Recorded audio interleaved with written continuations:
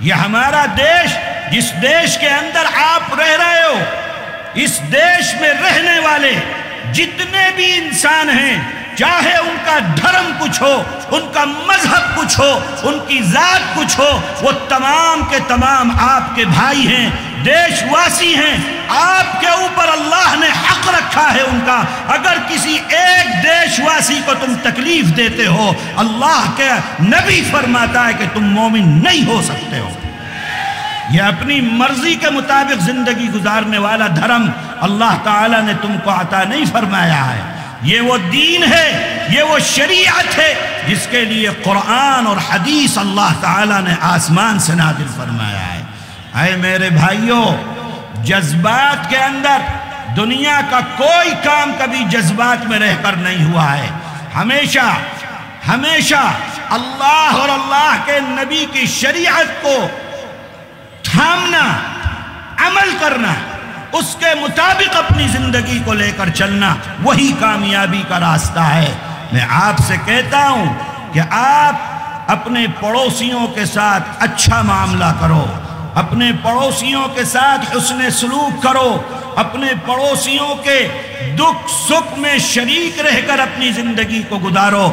تمہارا پڑوسی کوئی ہو، اس کا مذہب کچھ بھی ہو، اس کا دھرم کچھ بھی ہو، اس کی ذات کچھ بھی ہو، اس سے اللہ اور رسول کو بحث نہیں ہے۔ اللہ اور رسول کو صرف اس سے بحث ہے کہ وہ تمہارے برابر میں رہتا ہے، تمہارے پڑوس میں رہتا ہے، تمہارے اوپر اللہ تعالیٰ نے اس کا حق رکھ دیا ہے۔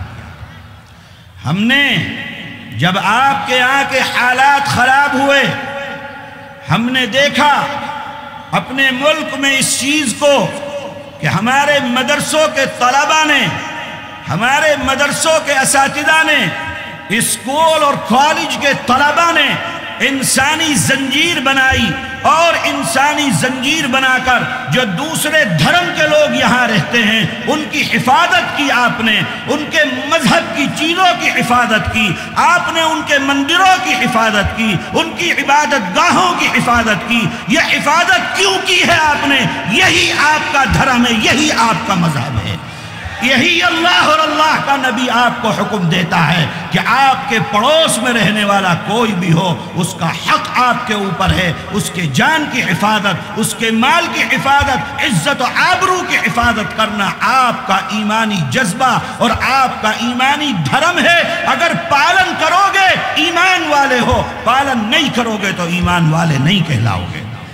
میرے بھائیوں، اللہ تعالیٰ کے دین اور شریعت کے مطابق اپنی زندگی کو گزارو، اور یاد رکھنا جس دین کا تم نے انتخاب کیا ہے، رسول اللہ صلی اللہ علیہ وسلم کے دین اور شریعت کو جس پر چلنا تم نے اپنے لیے اختیار کیا ہے، میں ان لوگوں سے جو مدرسوں کے اندر پڑھنے والے، مدرسوں کے اندر پڑھانے والے، میں آپ سے کہتا ہوں کہ آپ نے جس راستے کو انتخاب کیا ہے، اس راستے کے اندر پریشانیاں ہیں، تکلیفیں ہیں، دشواریاں ہیں، اس راستے کے اندر اللہ کی طرف سے آزمائشیں ہیں، دنیا کی طرف سے آزمائشیں ہیں۔ اللہ تعالیٰ اپنے انبیاء کی آزمائشیں فرماتا ہے، اللہ کے بندے اللہ کے انبیاء کی دنیا کے اندر آزمائشیں فرماتے ہیں۔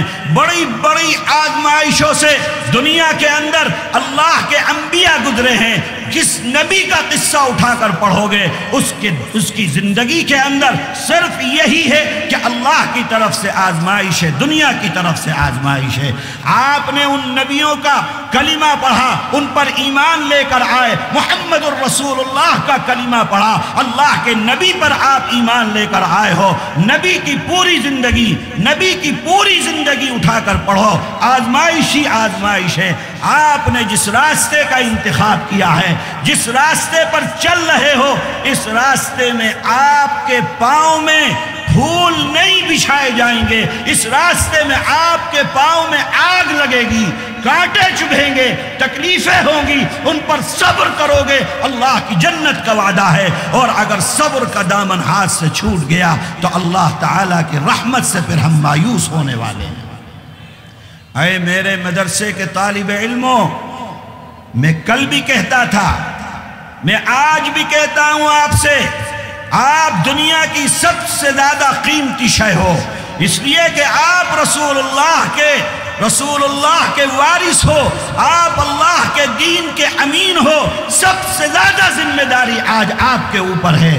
اگرچہ یہ دنیا آپ کو بے حیثیت سمجھتی ہے، یہ دنیا آپ کو بے حقیقت سمجھتی ہے، لیکن وہ دنیا والے جان لیں کہ اگر آج آسمان ٹکا ہوا ہے، اگر آج زمین ٹکی ہوئی ہے، اگر آج سورج روشنی کر رہا ہے، اگر آج چاند کی روشنی باقی ہے، تو اے طالب علموں، یہ تمہاری وجہ سے ہے۔ جس دن تم ختم ہو گئے، اللہ اس دنیا کو بھی ختم کر دیں گے، اس دنیا کو بھی تہس نہس کر دیں گے۔ اپنی اہمیت کو سمجھو، انبیاء کے وارث ہو، اس دین کو اپنے کندھوں کے اوپر اٹھانے والے ہو، اس دین پر صحیح چلنا اور اس دین کا صحیح لوگوں تک پہنچانا یہ تمہاری ذمہ داری کے اندر ہے۔ اگر تم نے خطا کی، اگر تم اس راستے سے بھٹک گئے اور اگر تم نے رسول اللہ کا دامن چھوڑ دیا، صبر کا دامن چھوڑ دیا، لوگوں کے حقوق کو ادا کرنا چھوڑ دیا، دنیا کے اندر کوئی دوسری قوم نہیں آئے گی جو لوگوں کے حقوق کو ادا کرتے ہوئے دنیا میں اپنی زندگی کو گزارے گی۔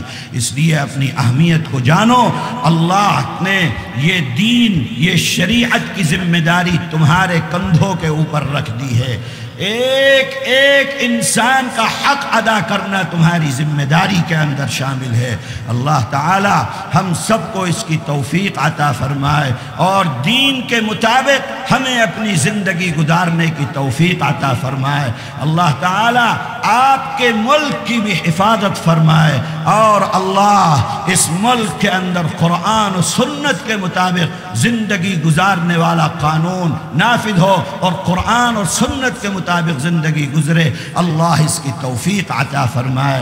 یہاں مدرسوں کی، مسجدوں کی اللہ تعالی حفاظت فرمائے، علماء کی حفاظت فرمائے، دین کا کام کرنے والے لوگوں کی حفاظت فرمائے، دین کا داعیوں کی حفاظت فرمائے۔ اللہ تعالی شریعت کی حفاظت فرمائے اور تمام ملت اسلامیہ کی اللہ تعالی حفاظت فرمائے۔ اور ہر جگہ جہاں پر ظالم ظلم کر رہا ہے، اللہ ظالم کو خائب و خاسر فرمائے۔ اللہ نے جس طریقے سے شام میں ظالم کا منہ کالا کیا ہے، اللہ اسی طریقے سے فلسطین میں بھی ظالم کے منہ کو کالا فرمائے۔ اللہ اہل فلسطین کی مدد فرمائے۔ اللہ غزہ کے اندر بے بس اور بے کس مسلمانوں کی مدد فرمائے۔ اے ارحم الراحمین، غزہ کے ہمارے بھائیوں کی مدد فرما، وہاں کے بچوں کی مدد فرما، عورتوں کی مدد فرما، ضعیفوں کی مدد فرما، کھلے آسمان کے نیچے رہنے والے لوگوں کی مدد فرما۔ اے ارحم الراحمین، جیسے شام میں تو نے بشار کا منہ کالا کیا، اے اللہ اسرائیل کے منہ کو بھی کالا فرما۔ اے ارحم الراحمین، مظلوموں کی دعاؤں کو سن لے۔ اے ارحم الراحمین، عالم اسلام کا بول بالا فرما۔ رسول اللہ کی سنت کے مطابق ہمیں اپنی زندگی گزارنے کی توفیق عطا فرما۔ اے اللہ آخری سانس تک ہمارے ایمان کی حفاظت فرما، اور جب ہم اس دنیا سے جانے لگیں کلمہ لا الہ الا اللہ محمد الرسول اللہ نصیب فرما۔ سبحان ربک رب العزت عما یصفون وسلام علی المرسلین والحمد للہ رب العالمین۔